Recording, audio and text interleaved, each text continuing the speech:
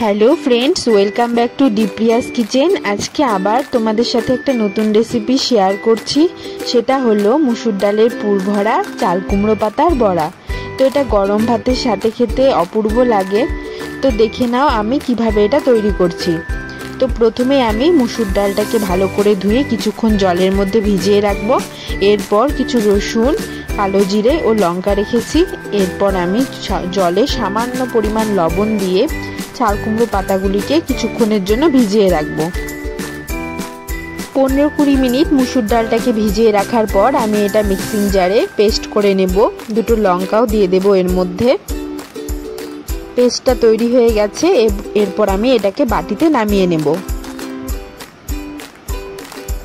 এরপর যেই চাল কুমড়ো পাতাগুলিকে আমি লবণ জলে ভিজিয়ে রেখেছিলাম সেগুলিকে আমি চিপে জল ঝরিয়ে তুলে রাখবো।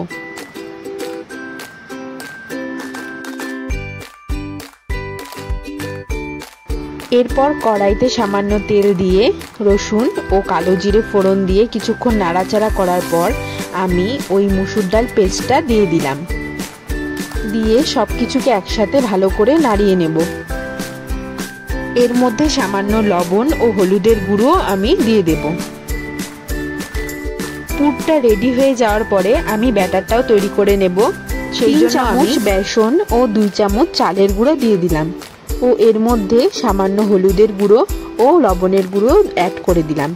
এরপর সামান্য জল দিয়ে আমি এটাকে ভালো করে মাখিয়ে নেব। মাখিয়ে একটা ব্যাটার তৈরি করে নেব। এরপর আমি মুসুর ডালের পুরটা চাল কুমড়ো পাতার ভেতরে ভালো করে ঢুকিয়ে ফোল্ড করে দেব যাতে এটা খুলে না যায়।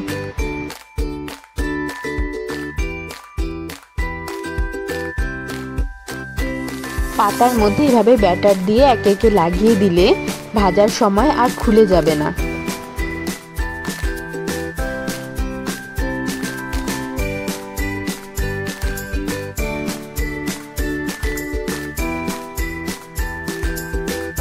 এভাবেই আমি ভাজার জন্য সবকটি তৈরি করে নিলাম।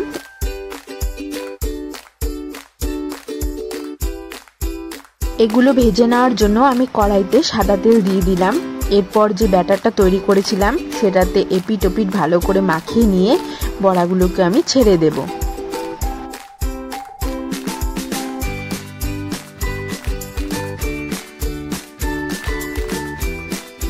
ভালো করে ভেজে নেওয়ার পরে আমি এটাকে তুলে রাখবো।